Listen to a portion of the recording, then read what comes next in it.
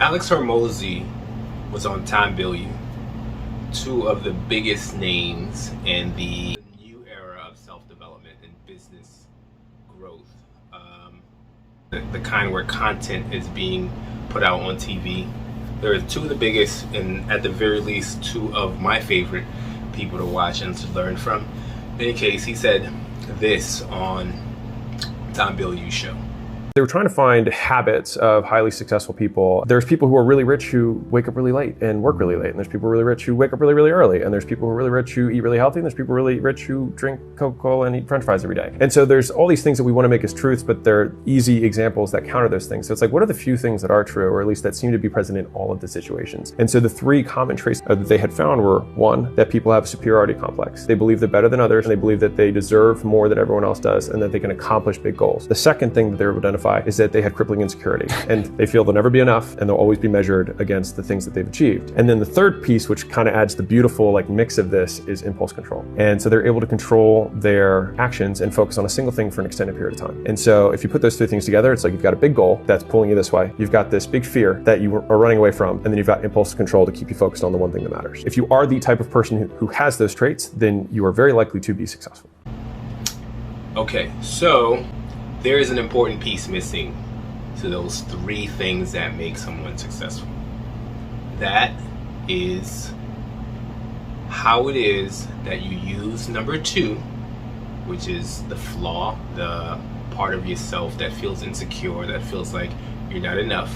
How do you use number two to enforce number three? When I first commented on this point, I was like, how it pushes number one. Really, number one is good enough in and of itself. You have to do number three, right? You have to do number three in order to actually accomplish what you feel like you're able to accomplish as number one.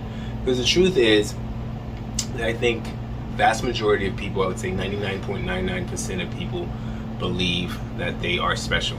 In fact, there are a lot of delusional people who do nothing and yet still believe they're special. In fact, that there are a lot of depressed people who still believe they're special. So I don't think, the idea of believing, you're the exception to the rule is something that's unique or to those people who become successful, or something that is uncommon. I'm also quite certain that 99.99% of people have insecurities. I think the only people who would probably not have insecurities are those of us who are psychopaths. I think, insecurity is what you think about what other people are thinking about you. And I think, most of us, and I talk about this all the time, have a fear of judgment from others. And so most of us have this level of, have some kind of insecurity as a result of how we feel like we're being judged. So that leaves number three. Not everybody is going to, be one of those kids that delay gratification, one of those kids that didn't eat the cookie and said, I'm going to wait for that reward. So that's definitely true. Not everybody has the discipline of doing whatever is hard to go in and get what you want in the long run. But I think there are a lot of us who do have those, and we have various levels of success.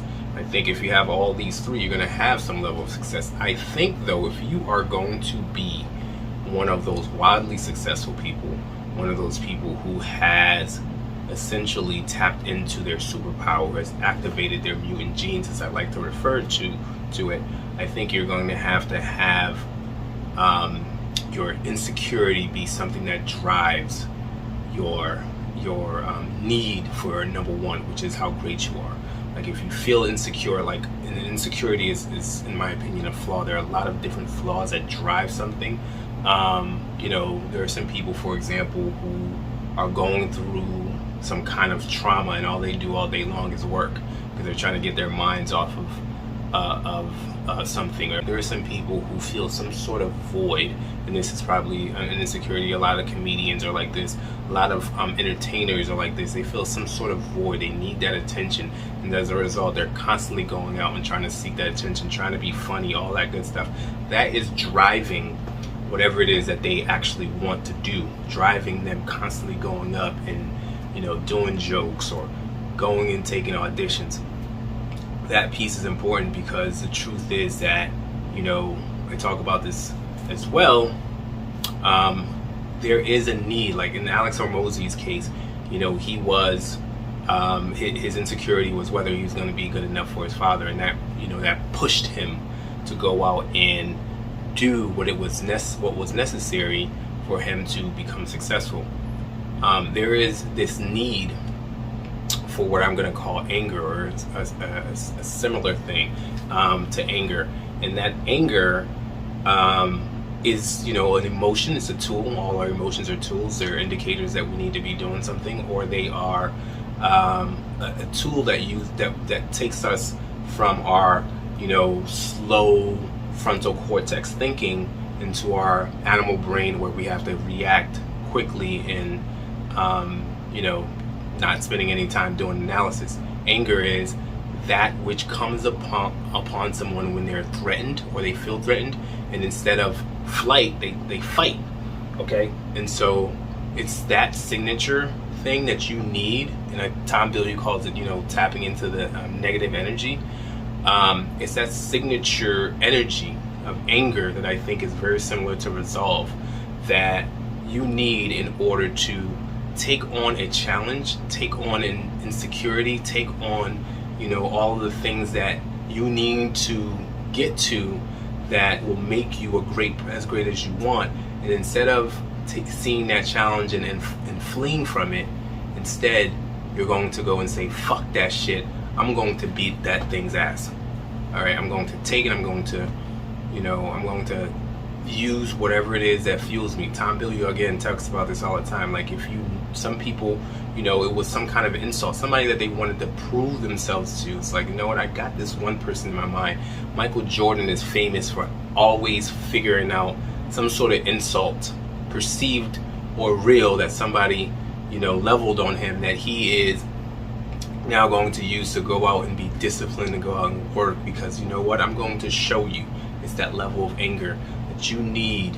If it's not anger, it's your flaw has to be fitting right into it.